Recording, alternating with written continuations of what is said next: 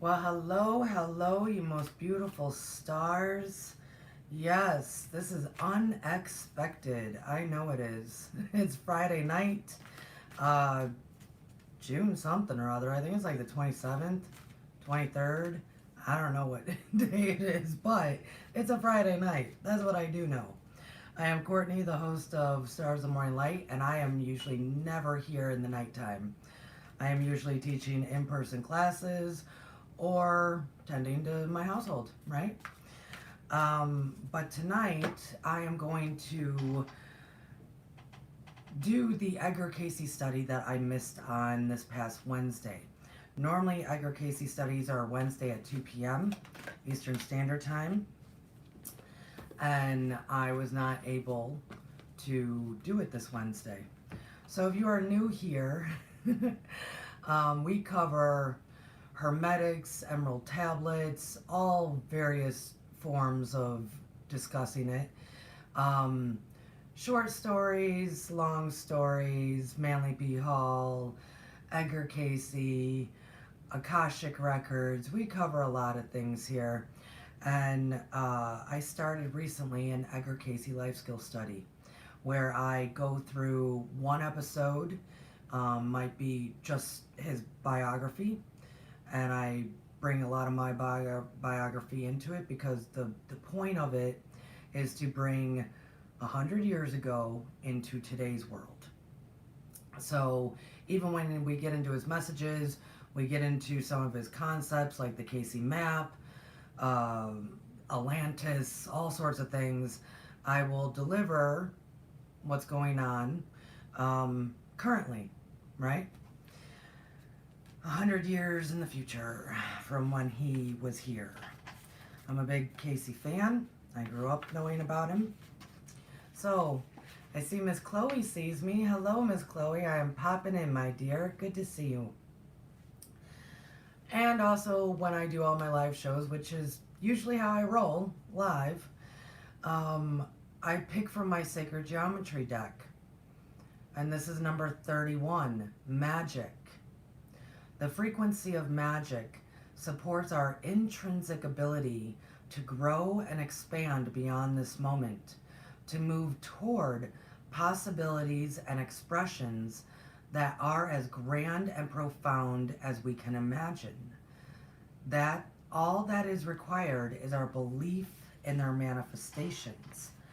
Now, what's interesting is this card has been coming out a lot lately. And I apologize, the lighting is not great. It is the nighttime here. This card has been coming out a lot in our live programs, that it clearly wants us to know that we are magic, our intrinsic ability. That means it's in you. It's already there. You are magic. To grow and expand beyond this moment, to move toward possibilities and expressions that are as grand and profound as we can imagine. All that is required is our belief in their manifestations. I will plug right now. I am selling my informal moon manifesting online class. It is 25-page PDF and 8 videos. When I say informal, it's because I've been doing it with my patrons. And my patrons and I, we're a lovely community. We care about each other. And so some of the teachings there, even though very valuable in information, extremely valuable in information, is more informal, right?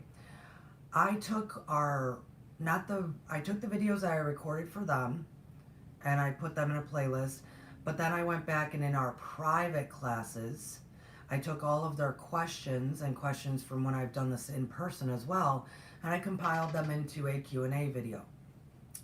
That is one of my summer sales. The link is also in the community section. Go there, purchase it. You can learn all about moon manifesting. I have 25 years experience. It's very in-depth. It's for sale now. On other platforms, It's about $95. You can purchase it now for $55, and only for the summer. So, we are in Edgar Cayce on secrets of the universe and how to use them in your life. So, and this is a very old book. I actually read from this book because this book does not have any copyright laws stating that I can't. I am very sensitive to copyright laws. I don't just read anything. But this one I can read. We are actually in, I think, part 2, or actually we're in part 3, The Secrets to Abundance. And prior to this in this book, I guess I didn't continue my sentence from earlier. So one episode might be his bio, mixed in with my bio, and then another episode, to bring it to 100 years forward, is I grabbed from one of my many Edgar Cayce books of his messages, of his messages. So that's where we are with this one. We are in the Secrets of Abundance part. A lot prior to this, they were talking about giving. The concept of you don't really receive unless you give. And now we're going into a bit of a different, deeper thought of it. It's not just the money, right? But they do talk about the money. So we are on page 31. When we withhold kindness and gentleness from one another, we are asking for the harvest of our harsh, lonely existence. The pervading notion of today's pop psychology that we have to give to ourselves that which we need is like eating the seeds instead of the harvest. We are constantly told to give ourselves strokes, to put ourselves first, to love ourselves more than whom? It takes two to make a back rub, one to give and one to receive. When two are unselfish, they trade places. The problem seems to come when one does all the giving and one all the getting. So at the beginning of this book, they very much went into that. Very much went into what selfishness really is. Please go back to some of the Edgar Cayce life skill studies. They go into it. And personally, in today's culture, what they were describing, because this was written, I think, in the 80s, before we really understood what was going on. Yeah, it was copyrighted in 1989. And this is all based off of his messages. Prior to 1989, they are going off of what Edgar's saying selfishness is. What other texts, also, they reference the Bible a lot in this, says that selfishness is. I will tell you how they break it down in this book, though, in particular, sounds completely, to me at least, like codependency. And most people in today's world, they might use that term, but yet they still do not really know what it means, nor all the habits and behaviors of it. So I will tell you, to bring this, 40 years forward or whatnot, 30, 40 years, now we would know how they describe selfishness as more so as codependent behaviors and habits. Definitely.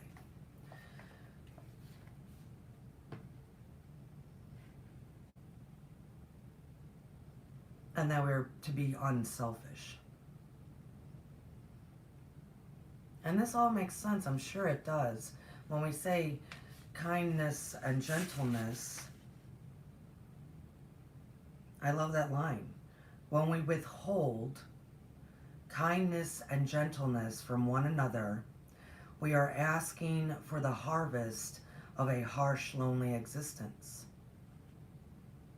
And then they said pop psychology will tell you, feed yourself, only love yourself, take care of yourself, which is true, until you're on the other side of that. Until you're on the other side of that. No man is his own island, right? We are here to serve each other. Cayce gave a reading for a fellow who thought the idea of giving only applied to mediocre minds or to people of certain faiths, but not to him. Cayce said the same rules apply to shoestring vendors and bank presidents alike. Apparently, the fellow had been boasting about how generous he would be if only he had a lot of money. Cayce told him that since he didn't give from his meager lot, he would probably be even stringier with his millions and harder to get along with. Cayce said that we would give to others, when we give to others, we give to God, but that we really can't give anything to God because it all belongs to God anyway. But when we say thanks to others for the opportunity to give, we're saying it to God. Our own needs go unmet until we focus the spiritual magnifier on the needs of others and begin to give as we have. And unfortunately, we do live in a society that for a very long time, if it wasn't faith-based giving, it became we are codependents who give and give and give and give to people that just take and take and take and take and take. That is unhealthy. That is not giving out of spiritual magnifiers. That's because of our own illnesses and behavior and thought patterns, right? And the other person. So we've either been on either one of those. We might be the taker. We might be. Many of the stars here at Stars of the Morning Light are not the takers. We are the givers. And we've given so much. That's why pop psychology is saying, no, take care of yourself. Because we have to repair, we have to heal.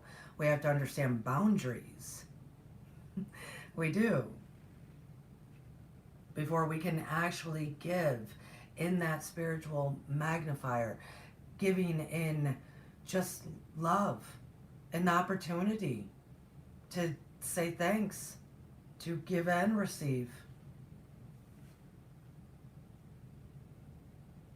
If we don't have it, we can't give it. But Cayce said to ask what we would do with it if we had it. That goes for everything. An ill woman seeking abundant health was told to figure out why she wanted to be healthy, and she would be. The profound truth behind that idea almost escapes detection until it is transferred to areas concerning money, energy, and time. So you talk to a sick woman and who wants to be extremely healthy, abundant health. Okay? And Cayce said, well then ask yourself, figure out why you want this health, and you'll have it.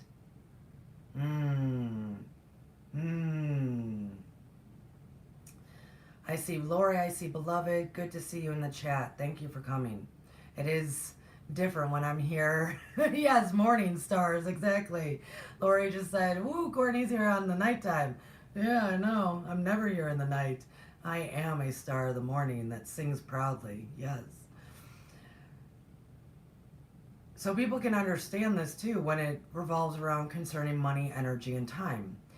Without giving any real thought to why we want them, we complain about lack of money, energy, and time. Feeling needy in these areas and griping about it is a popular pastime. The question worth asking is, what would we do with them if we had more of them? What would you do with money, energy and time? Would we spend them with gratitude, with some type of service to others? The same question applies to our need for love, encouragement, support, patience, hope, and kindness. If we had more of them in our lives, would we give them to others? Then the magic phrase, thank you, is the way to get them. Take hope for an example. So now they're going to talk about hope. We're not even talking about money right now. We're talking about hope. It may sound strange at first, but try as an experiment saying, thank you, God, for the lack of hope in my life. Sorry, when I first read that, I was like, whoa, no, what? Say that to yourselves right now. Say, thank you, God, for the lack of hope in my life. How does that feel? How does that feel?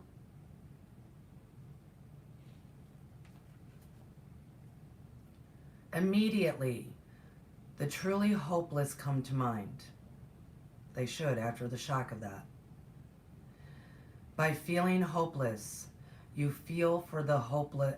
By feeling hopelessness, you feel for the hopelessness because you know how it feels. We're going to keep going. If you know from firsthand experience the pain, which I do, if you know from firsthand experience the painful emptiness, the black, endless chasm that marks the end of the line, God, how it hurts. You may spend the rest of your life making sure no one ever has to feel that alone. If you've been there, you can help them in a way no one else can. You can give as you have received. By giving hope to others, you get your own. I do want to pause there for a minute.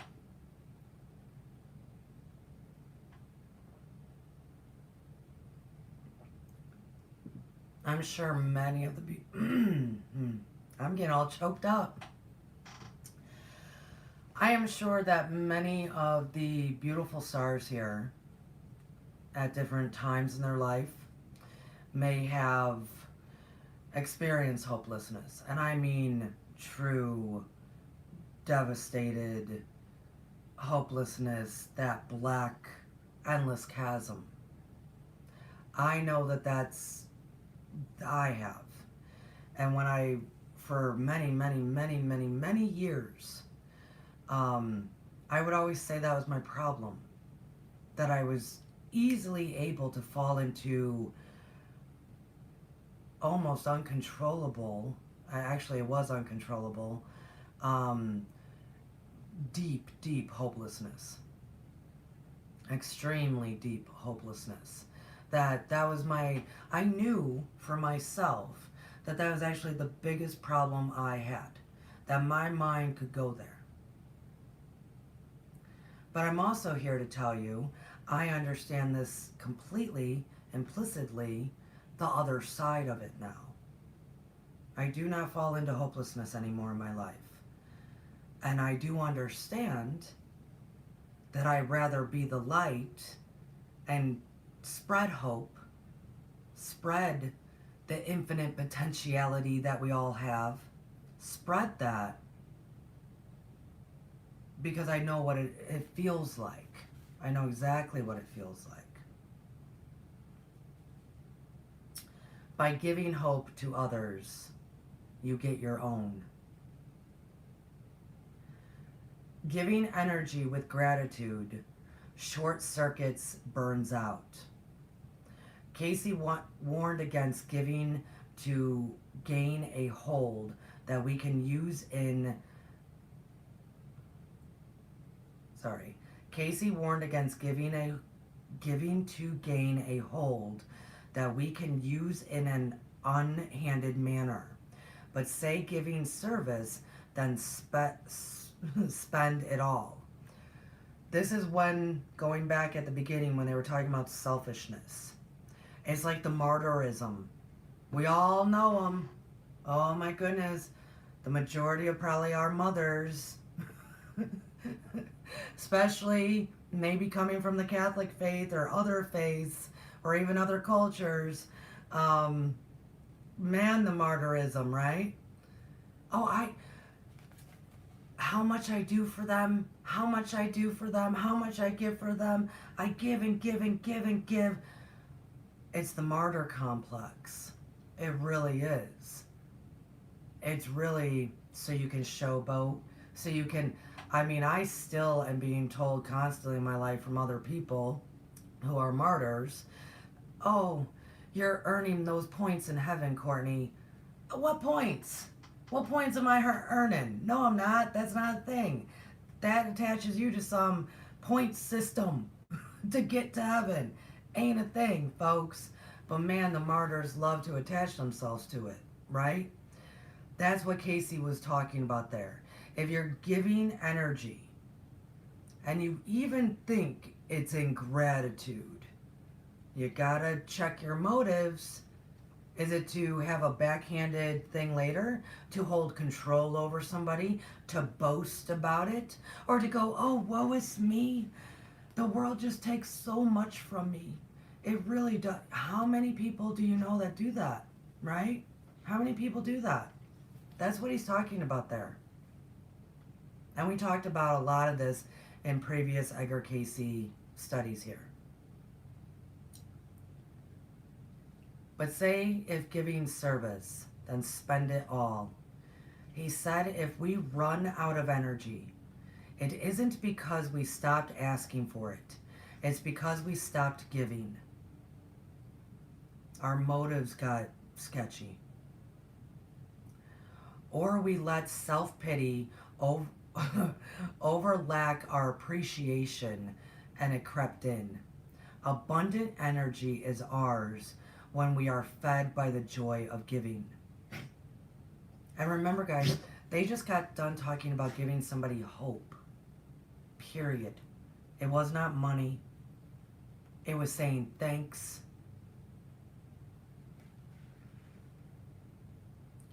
If you really get caught up in the joy of giving, it's easy to forget to say thank you for the gifts. Yep. Sorry.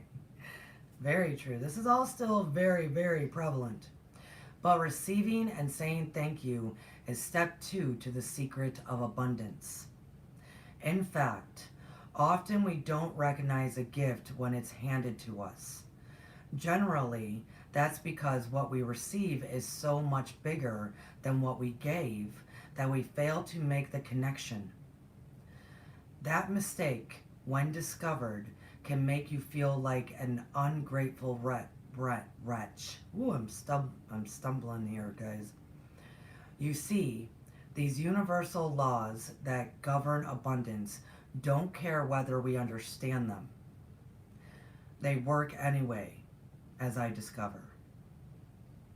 So we have to say thank you. This also applies, folks. It might not be tangible. As I mentioned at the very beginning, you can purchase my moon manifesting class. And one of the, I guess if you need a recipe or bullet point for one of the aspects of instant manifestations, right, is actually giving thanks, but also letting the divine know what you learned. Oftentimes, we give, and we might be receiving and learning. We might be receiving and, oh, honestly, I need to build a boundary with this person. I'm not giving to that person anymore like that. Or, whoa, I just learned something big time. A lot of times it's things that like that we carry then with us moving forward that then create the tangible that we need. But we don't even acknowledge it. We do the act of giving and we do receive because it's a law. It's reciprocity. It's in Hermetics if you need to. It's there. But what we receive, we don't normally acknowledge that it was a gift, because if it's not a cake that falls into our hand, if it's not money, if it's not something tangible, we're not recognizing it. When truly it's the untangible that creates the tangible.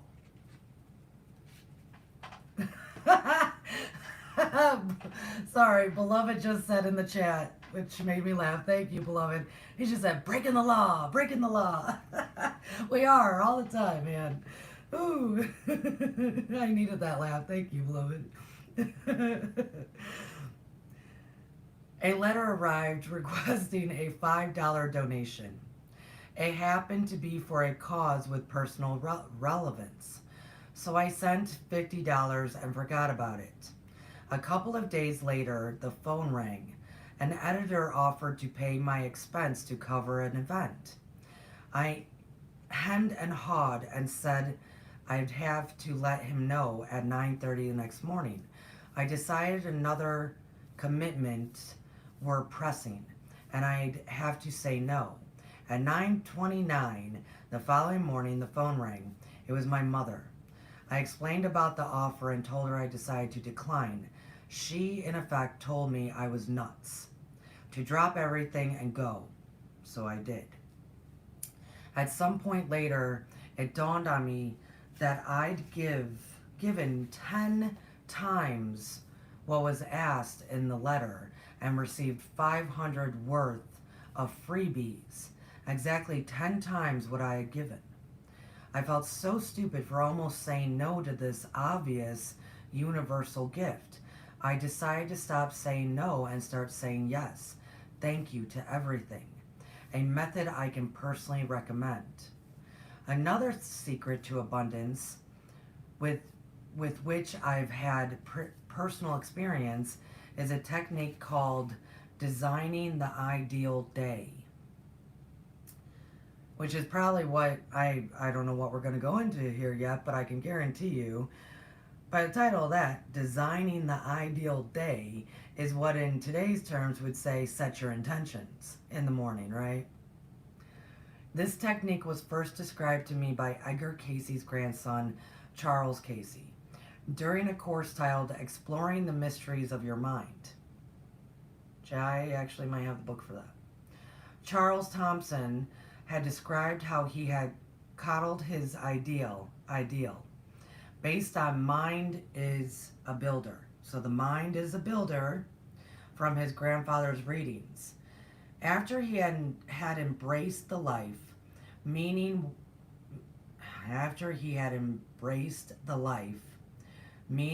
he was more or less living the principles described in the previous chapter, he realized a valid experiment would be to design an ideal day sometime in the future to see what would happen. He approached the experiment as a test of the information in the readings to determine for himself whether mind truly is a builder. He wrote on a piece of paper what he considered to be an ideal day some 7 years in the future. Whoa, 7 years, that's a long time. What do? You gonna mark it on the calendar? This was 7 years ago. Today is my ideal day. How would you remember that? That's what's interesting. You would have to keep some kind of note of whatever 7 years is from now. Whoa, that'd be like what, 2030? Whoa. Okay, guys, maybe we all do this. Hopefully I'm still on YouTube. Cheers to that. What if we did this? We're gonna keep reading. 7 years from now would be 2030. Today is June. I should really know the date if we're doing this. Let's say, I think today is the 23rd, June 23rd. So June 23rd in 2030, what would be your ideal day?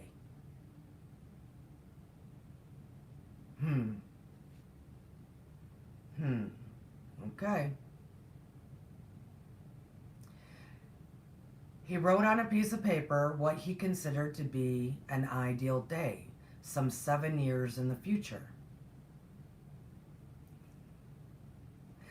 He outlined his day, starting with morning chores on a farm, which he would own. Whoa!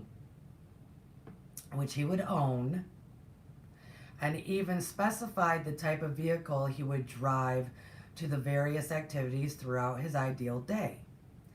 Then he put the piece of paper away, and as far as he can recall, did not look at it again for 7 years. Okay, so we would all have to do this. Daydream what your ideal day would be 7 years from now. June, sorry, this light is really in my eyes. June 23rd, 2030. Whoa, 2030. Ideal day. If you want a farm, you can write it down. That's what he did. What his cars would look like that he drove. Whatever your ideal would look like. And then we got to put it somewhere. Not forget about it, but forget about it, right? Okay, let's keep going.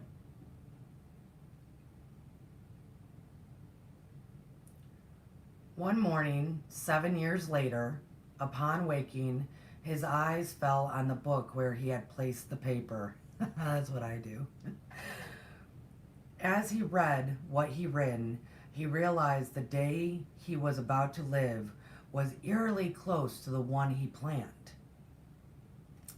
After hearing Charles Thomas speak so reverently of his experience, I decided to try it for myself. I designed 3 ideal days for the future. The first would happen in 3 days. Cool. We can handle that, folks, can't we? It was general and related to a specific question I hoped to have answered. It didn't happen. My question wasn't answered then, but later. The second ideal day, maybe because she was new to it, maybe she was new to manifesting, maybe she was new to having magic in her life. Remember, this is our card. I'll read it again. Maybe. There are techniques to manifesting and a true belief in your intrinsic ability. I'm going to read the Sacred Geometry card again. The frequency of magic supports our intrinsic ability to grow and expand beyond this moment, to move toward possibilities and expressions that are as grand and profound as we can imagine. All that is required is our belief in their manifestations. So maybe this writer who compiled all of Cayce's writings, as I hold the card up, I really am going to have to turn on that other light here soon, maybe. That's such beautiful magic. Number 31. Magic, sacred geometry. You are magic. Yes, you are. Maybe because she just went to this conference, listened to all this stuff, went, oh, I'm going to go home and try it out. Let's try 3 days from now. But she didn't believe. All that is required is our belief in their manifestations. So maybe that's why it didn't happen. She did say though, but later, let's continue. The second ideal day I planned for 3 weeks away. I really stretched and said that I would awaken ready to pack for a trip there was absolutely no foreseeable way I could afford. Whoa. 3 weeks. She's saying, I'm going to put it out there that I'm going to be packing for a trip that I don't even have the money for. Okay. I try, but don't always remember to live by, if money can fix it, it ain't the problem.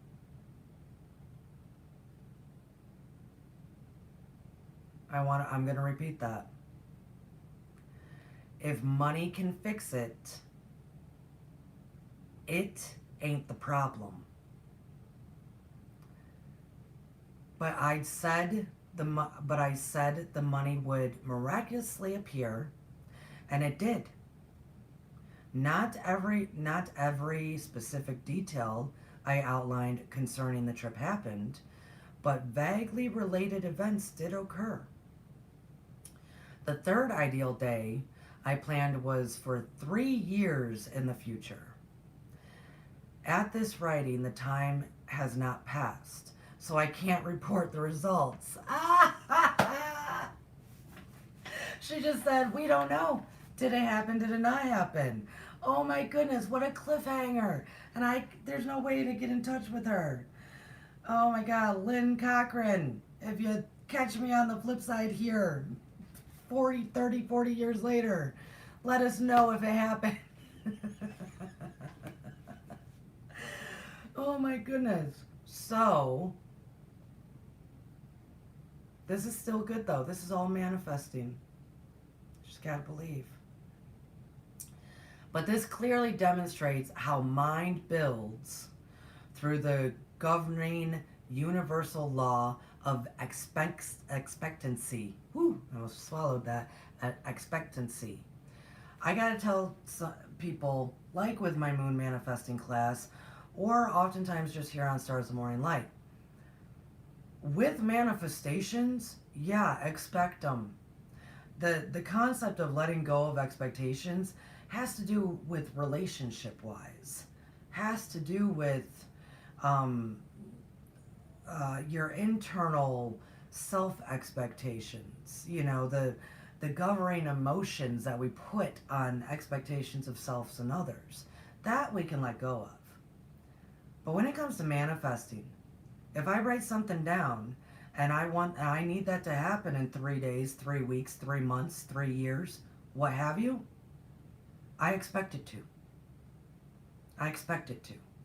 Now, like she said, is everything that's outlined in how I perceive it gonna be how it goes down or how I receive? No. That we can let go of the expectations there. We're not the designers and architect as to our receiving, but our needs and cares will be met every time. Every time. We actually don't lack anything. And we can expect it. Why wouldn't the divine, why wouldn't the universal law, why wouldn't it provide for us? Especially if we understand reciprocity, especially when we understand receiving and giving, especially when we say thank you, even when it's lessons learned. To an element of the universal law of attraction activates when we approach life in this way. Of course, holding thoughts of poverty and lack attracts poverty and lack. In physics, the law of attraction is the electric or magnetic force that acts between opposingly charged bodies, tending to draw them together. In spiritual development, we may keep attracting the same conditions again and again until we have neutralized the magnetic field by finally learning the lesson the condition would teach us. Oh, it's what I've been saying the whole time. Then I will also say, being in the observer, be the observer, creates a state for you of neutrality.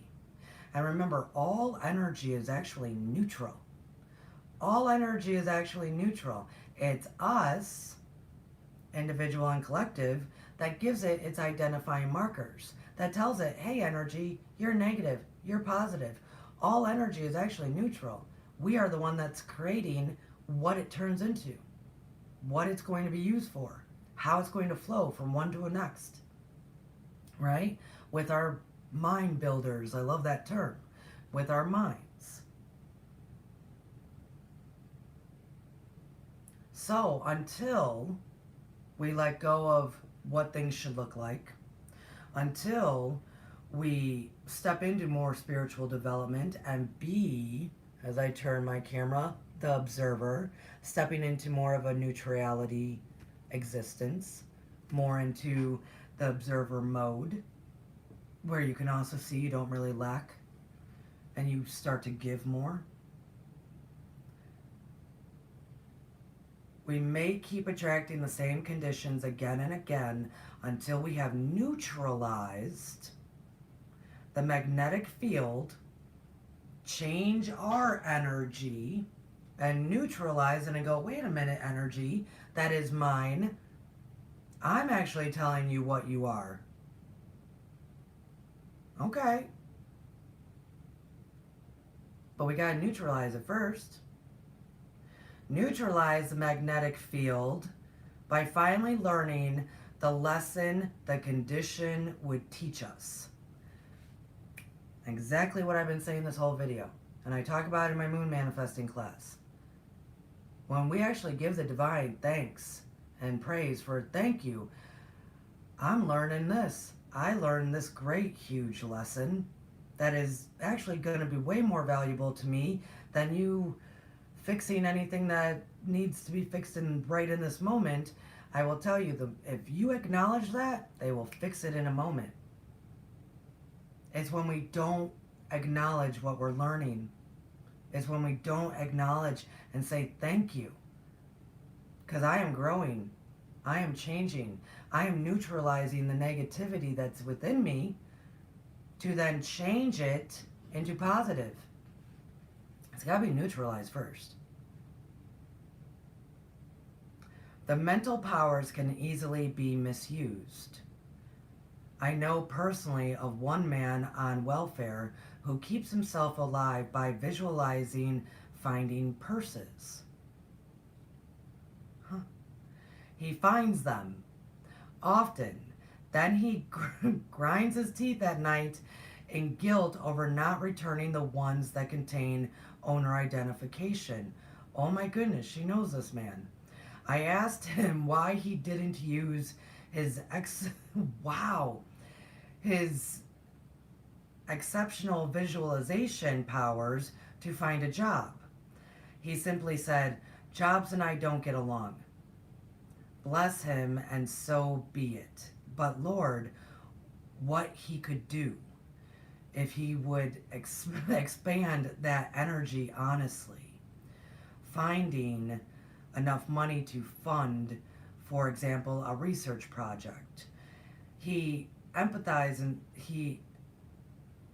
the servant who misuses his talent. Okay, so this also goes into last Edgar Cayce message that was a part of his bio. In Edgar Cayce's bio message, that's what his grandma said. I have the book right here. All of our gifts and talents and skills. So this guy clearly had the skill of visualization, of remote viewing. So he decided to use that remote viewing to find purses that he could snag and steal people's identities and their wallets and money. This is fascinating that she's like, I talked to this guy. I don't know if I would have been, yes I would have been. I would have been so kind. I really would have been. I would have been so kind. Edgar's grandmother, before he was at her bedside, and before she died, she said this, and I'm going to read a little section from his biography. Before Edgar left her bedside that day in June 1893, sorry, she had elicited a promise from him not to look upon those he met in life's journey as adversaries who would do him harm, but as people, like him, searching for their rightful place in God's kingdom. So when we meet these people that use their talents and gifts to steal wallets and purses, please do not look upon them as they are adversaries and they want to harm. They're all just trying to find their way. The Lord's blessings were meant for everyone. A person had only to eat of the fruit of the tree, which is a biblical concept, but I think we all understand. A person had only to eat off the fruit of the tree, and Edgar could be instrumental in bringing that fruit to them.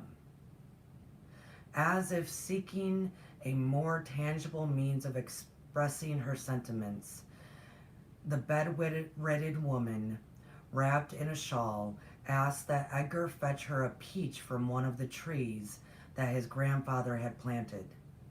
Edgar did this as he was told. He skinned the peach, cut it in quarters, and fed it to her himself. So not only was she saying it, she then wanted to give it in full demonstrated form. I am weak, I am weary, I am dying. You, Edgar, these people out here, all of them deserve the kingdom. All of them deserve abundance. All of them deserve to live happy, healthy lives. All of them deserve peace, joy, and happiness, right? And Edgar, because of your gifts, you could be instrumental in showing them.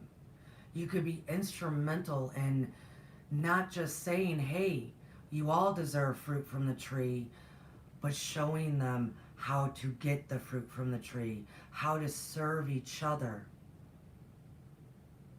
Because that is the true joy. To the point that she said, go get me a peach. And he went and got that peach thinking about this. Thinking about his gifts and how he had to come to an acceptance. Thinking about how they're actually God-given and they're here to serve and help humanity. How to have that love and forgiveness for humanity. Because everybody deserves. Everybody is trying to find their way. Could you imagine that? Him peeling that peach so it's nice and soft for his dying grandmother? And then sitting at her bedside and slowly feeding her a slice after a slice, patiently, just a little slice. And each one of those slices represents the gifts and talents and skills. Every slice is that patience we can have for humanity. Every slice is that representation that we all deserve. It's lovely. It's absolutely lovely.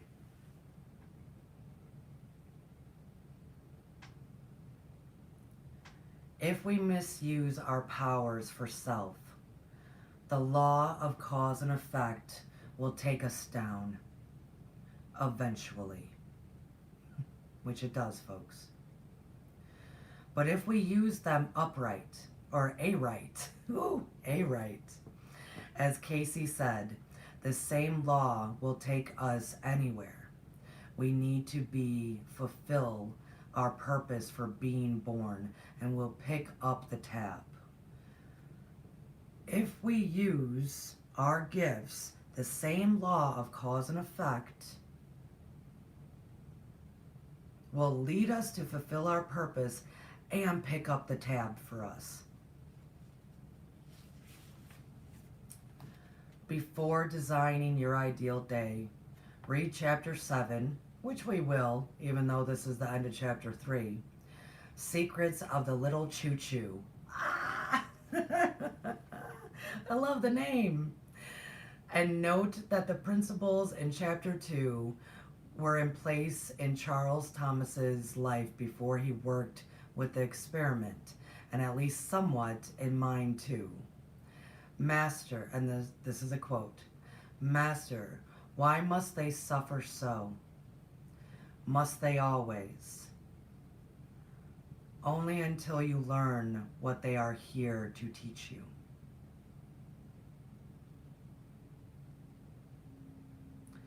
Master, I'm going to read that again, and I will probably then read the principles. that they're talking about from chapter 2. Actually, I'm going to jump to the principles and then read that again.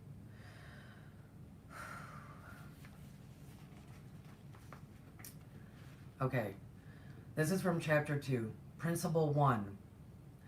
I alone am responsible for my reactions to people, places, things, events, situations, and circumstances. I alone am responsible for my reactions, right? Number 2, I meet with my God in the temple of my body daily for communion, correction, and thanksgiving. I speak to God in prayer and listen to God in meditation. I open my heart and my hands to receive and send gifts of the Spirit. I read something daily to strengthen my faith. That was all number 2. Daily practices. 3, I recognize every person I meet as an opportunity to serve God and to know myself better. Every person I meet is both student and teacher. I acknowledge their divinity as well as my own. The ground on which we both stand is holy.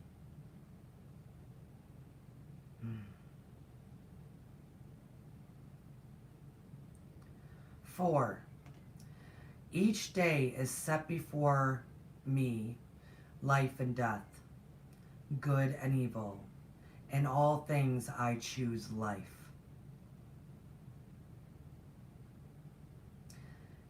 In one of the last videos when we were really going through this, that is where I kind of did a lot of talking. You will find it in the Edgar Cayce Life Skills Study in the playlist.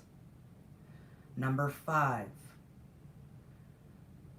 I love as I want to be loved. Forgive as I want to be forgiven. Give as I want to receive. 6, I obey universal laws as I understand them. In recognition that I use what I have, more will be given. Please understand, everyone, that is why I do so much what I do here, is to help people understand what I refer to as cosmic laws, because I go past the universe. This also is a part of the cosmic. To explain this stuff, because even if we know just a little bit about how the laws work, and we apply them, like cause and effect, like reciprocity, like all of this, like the law of attraction as we talk about, we just read. When we know that, just a little, and we start applying it and using it, more understanding and knowledge, that's when we really start to go, thank you for teaching me. Thank you for teaching me. Look at all these other humans that are opportunities to give and receive and to learn and to grow. Oh my goodness, it's so wonderful here. It is so wonderful here because we choose life. 7, I remain open to a deeper understanding of my purpose. Just be open. 8, my words and actions agree with my purpose as I understand it, which will change, which will grow, which will expand. 9, I follow my soul guidance to individuals and to groups, acknowledging that God speaks to me through other people.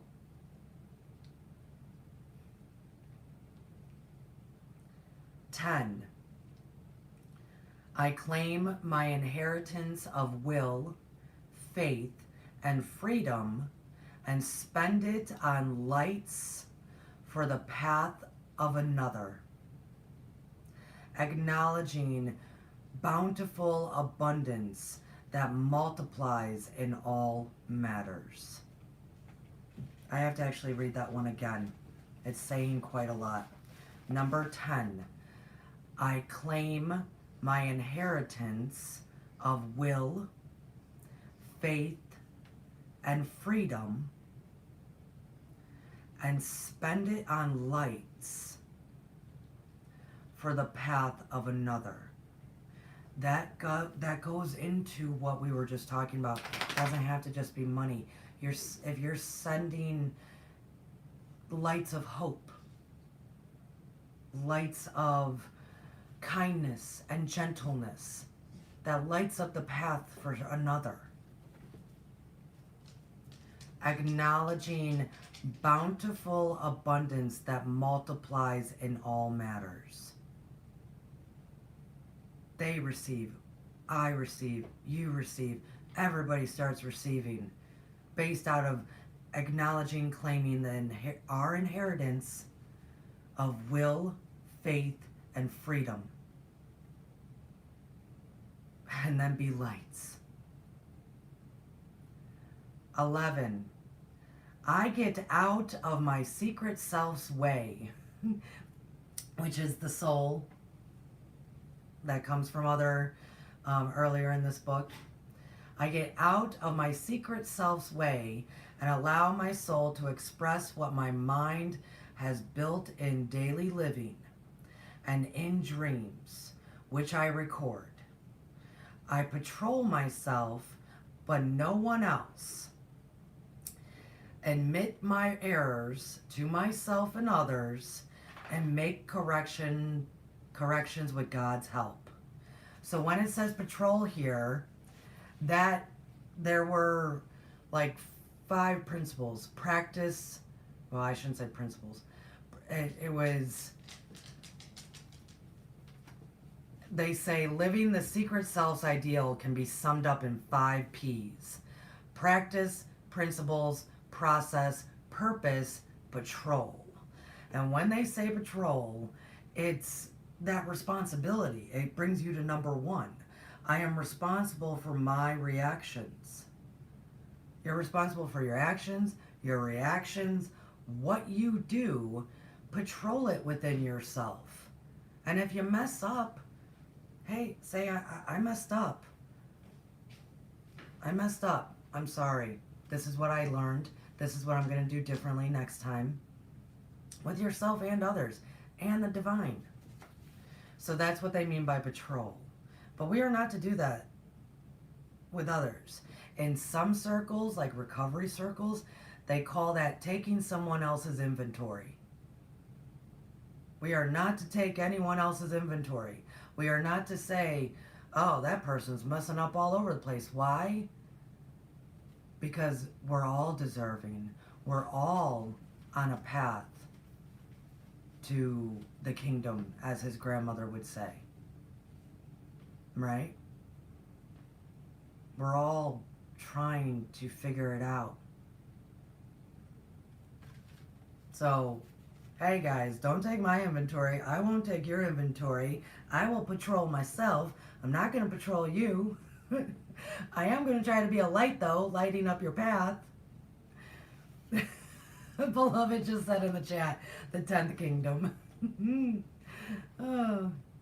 I adore Beloved so much. I adore all the stars here. Lori, Chloe, I know you all entered into the chat. You guys are all so great.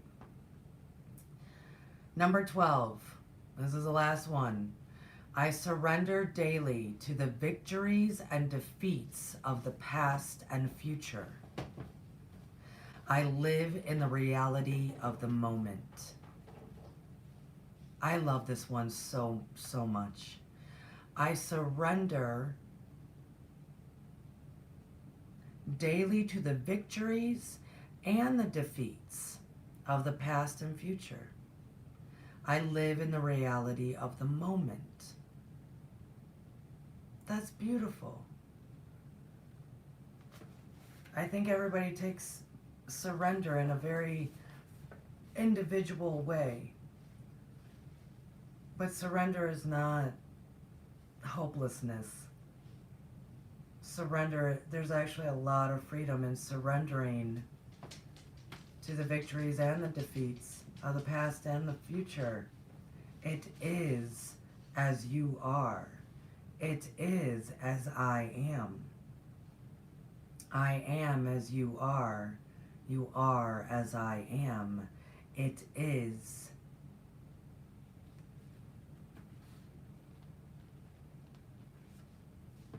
So that was from chapter 2.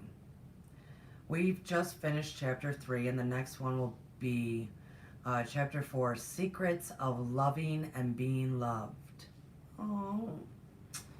Oh, yay. Yay. Everybody love. But I want to read the little quotes they have again right at the end. Master, why must they suffer so? Must they always? Only until you learn what they are there to teach you. It's unfortunate that we are all mirrors of each other sometimes. It is. When things are wonderful and beautiful, we go, oh, we're mirrors of each other. Look how great. But when we have hundreds of thousands of people dying from fentanyl, and we have hundreds of people hungry, and we have hundreds and thousands of people all about me, then we have to go, we're all mirrors of each other.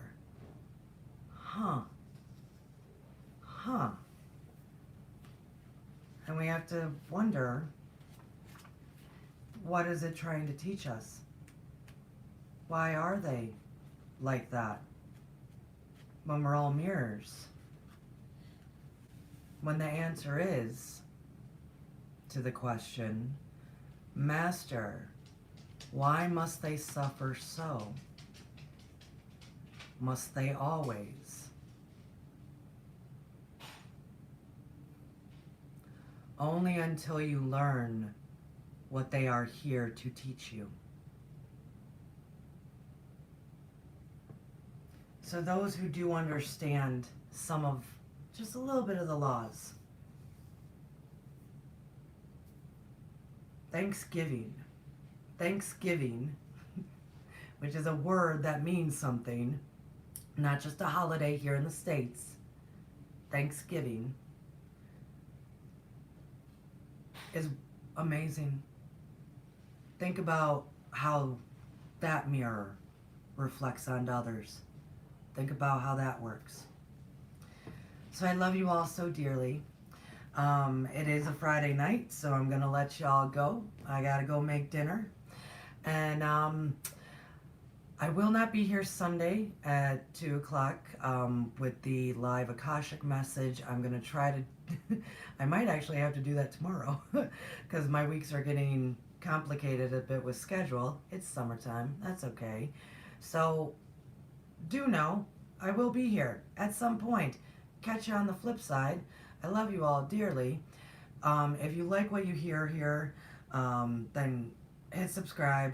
Keep coming back. Hit that thumbs up, please. Give me some kind of loving in the comments, or if you can this week with the PayPal link that's in the About section. I would really appreciate it because summer is a little bit iffy for me. So I love you all dearly. And in any regard, be the light. Just light up somebody else's path. Say, hey, you're doing a great job. Thank you. Thank you for being you. And that's how I feel about y'all. So cheers to you guys. You're doing a great job, you beautiful lights. I'll see you later. Bye.